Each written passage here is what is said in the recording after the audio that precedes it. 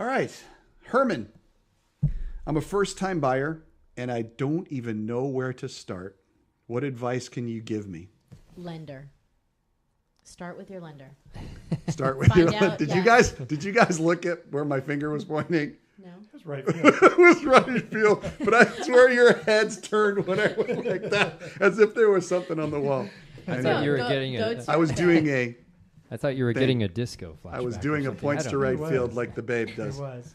Pre-approval. Well, basically, we just kind of went over this on a mailbag, but unless you're watching these mailbag questions on the website, get to the point, Scott.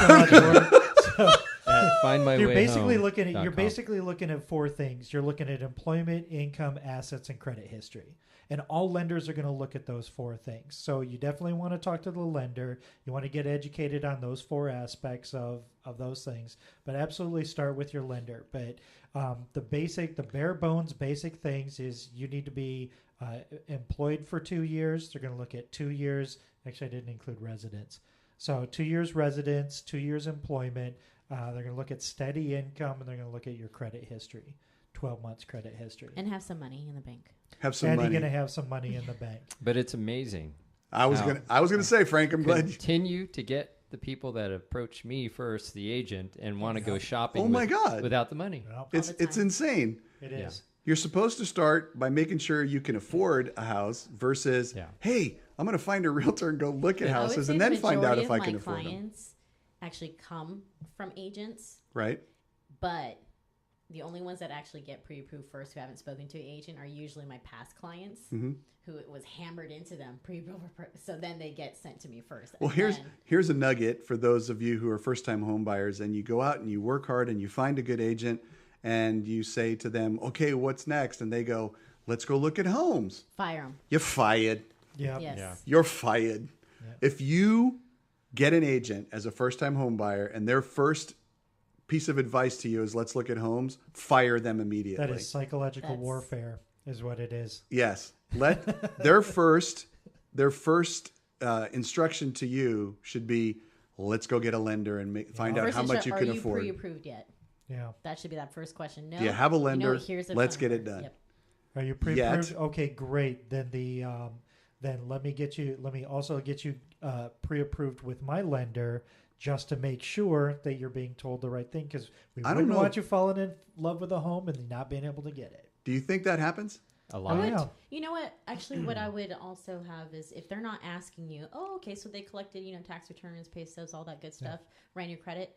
That's a really quick way to find out how strong that pre-approval is. No, but I have a letter. I can't tell you but I have a letter. many times. I can write you a letter. Yeah.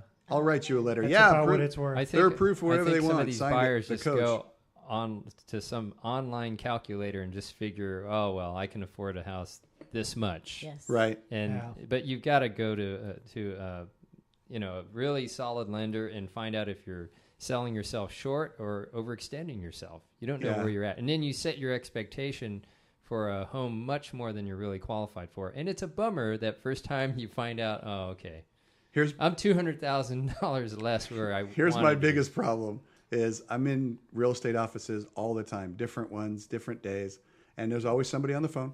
Right? There's always 4 or 5 agents in there on the phone. When there's 200 agents in the company, there's still 5 in there on the phone. And I always hear them say, oh, yeah, well, let's get together on Saturday and we'll go look at some homes. And this is during their phone call thing. They call people up. Hey, do you want to buy or sell a home? Do you want to buy or sell a home? And they're saying, let's get together Saturday. They're so excited about having a customer that said yes. That the first thing is, the first thing is let's get together and look at some homes. What do you say? Yeah.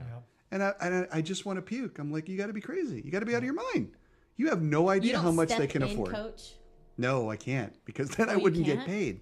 You can't? I would mess up my paycheck. I can't do that. I can go to the broker and say, hey, you're perpetuating the problem, Eric. You've got a problem out there. You've got somebody that doesn't know what they're doing.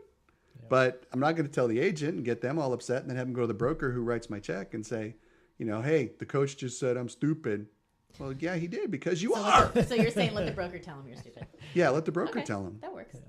Oh, my God. As that's long as just you're crazy. not just Hey, we got off into a rant. Finally. Yeah. I just want to thank Herman Rant. for putting that question in, because it got me a little Way to generated. put salt in my wounds. It did. Boom, let's go.